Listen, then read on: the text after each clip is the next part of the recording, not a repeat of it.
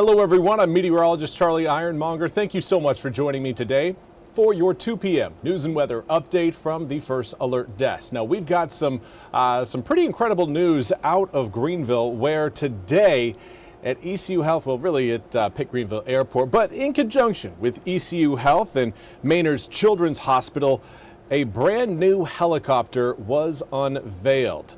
Maynard's Children's Hospital and East Care announced the arrival of the addition of the East Care fleet of medical helicopters. Now, according to ECU Health, the new helicopter was designed to function as a fully equipped mobile intensive care unit, allowing critical care to begin as soon as a child is on board. And that is what makes this special, as this is North Carolina's first dedicated pediatric medical transport. Officials said the helicopter carries specialized neonatal and pediatric equipment, including ventilators designed for the smallest patients, and features a spacious child-friendly interior. The environment allows clinical teams to deliver both intensive medical treatment and developmentally supportive care in a space where children can feel safe and comforted.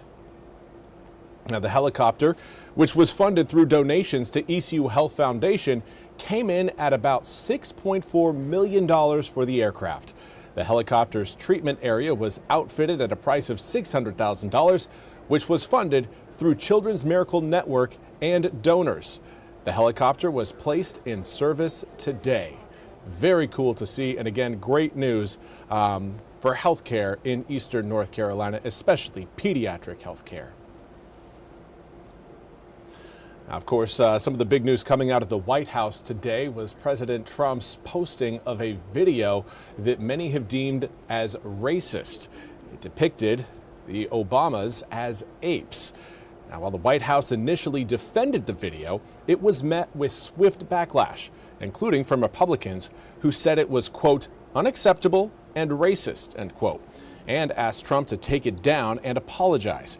It was removed shortly before noon on Friday. Now, White House official told NBC News, quote, a White House staffer erroneously made the post. It has been taken down, end quote.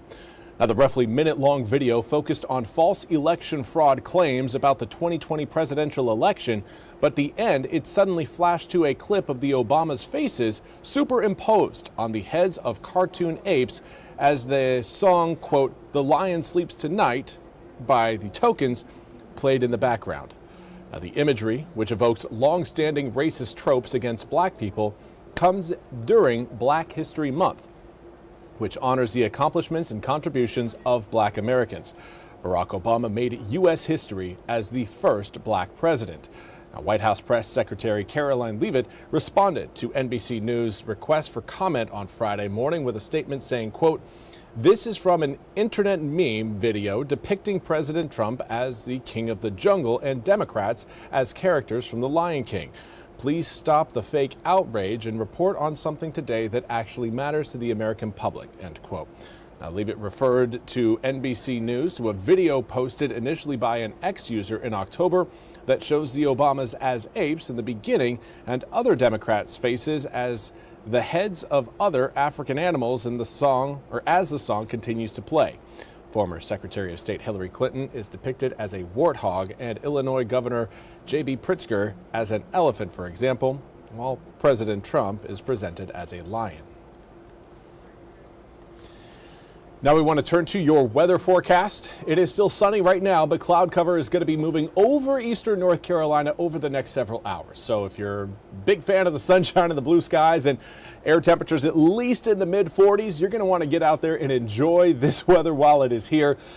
Tomorrow, we're going to be losing out on the clouds that roll in later on this afternoon, but we're also going to see air temperatures drop all the way down into the teens Saturday night into Sunday morning, with daytime highs on both Saturday and Sunday in the mid to upper 30s. Add in the winds, it will feel like we are in the 20s through pretty much the entire day on Saturday. Sunday, again, you won't have the breeze, but it's still going to be cold out there. But before we get too far ahead of ourselves talking about this weekend, let's focus on what is out there right now, and that is sunshine and, considering where we've been, some warmer temperatures. Right now, 45 degrees in Greenville.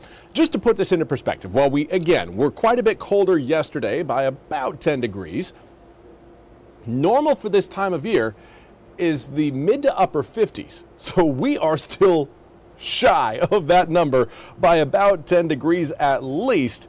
So again, keep this in the back of your mind, like, okay, we are still cold. It is cold out there, and it's only going to get colder coming up for tomorrow. Next week, though, promises to be warmer. We'll go over that in your full 8-day forecast coming up here in just a few moments. But this is what we've got in Morehead City, overlooking the Intercoastal Waterway from the Sanitary Restaurant. 42 degrees, southwesterly wind at 13 miles an hour makes that 42 feel more like 35.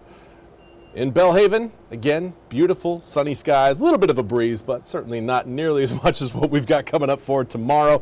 Cloud cover again will continue to build over the east once we get to around 4 p.m. And the rain showers start to show up as we head towards 5, 6, and 7 p.m. later on this evening. Now, because of the cloud cover and the westerly winds that we're going to be seeing, air temperatures tonight not really going to be dropping all that far. In fact, should be staying right around freezing, maybe a little bit above freezing as we wake up for your Saturday morning. From there, into the mid to upper 30s we go, but then air temperatures crash because we're going to be seeing multiple cold fronts roll across eastern North Carolina over the next 24 hours. First one is the one that's bringing in the cloud cover and the raindrops later on this evening. Then we get a second front. That secondary one early Saturday morning. That's just going to really keep that cold air present throughout the entire weekend, especially with that high pressure system. Note the rotating clockwise. That's going to push air from the northwest down into eastern North Carolina, keeping that cold air very much in place. But we are going to see lots of sunshine. As that high pressure system gets closer to us, it will lead to calmer winds coming up for Sunday, but Saturday is going to be breezy. Let's talk about the rain showers, though. As we head through tonight, 5 o'clock, rain showers start to roll in. As we head towards 8, 9, and 10 p.m., the rain showers are going to be moving out. Not a whole lot there, but we could potentially see a few snowflakes coming down later on this evening. Air temperatures, well, at least at ground level, will be well above freezing by that point, but upper level air is going to be pretty cold. So again, don't be surprised if you see a few flakes. Not to worry, nothing impactful there. Early Saturday morning along the Outer Banks, another opportunity for some snowflakes sweeping across the east. Not going to be a lot, but again, certainly cool to see early on in the morning. But Saturday is going to be a cold day, and one more defined by the winds, I think, than anything else. Speaking of, let's talk about those winds and take a look at what models are projecting for this evening. Not a lot there, maybe 7 to 12 mile per hour winds. Tomorrow morning, a little bit different. 15, 25 mile an hour sustained winds early on in the day. And those winds, particularly on the eastern side of Highway 17, will get up to around 20 to 30 miles an hour sustained. It is going to be very windy.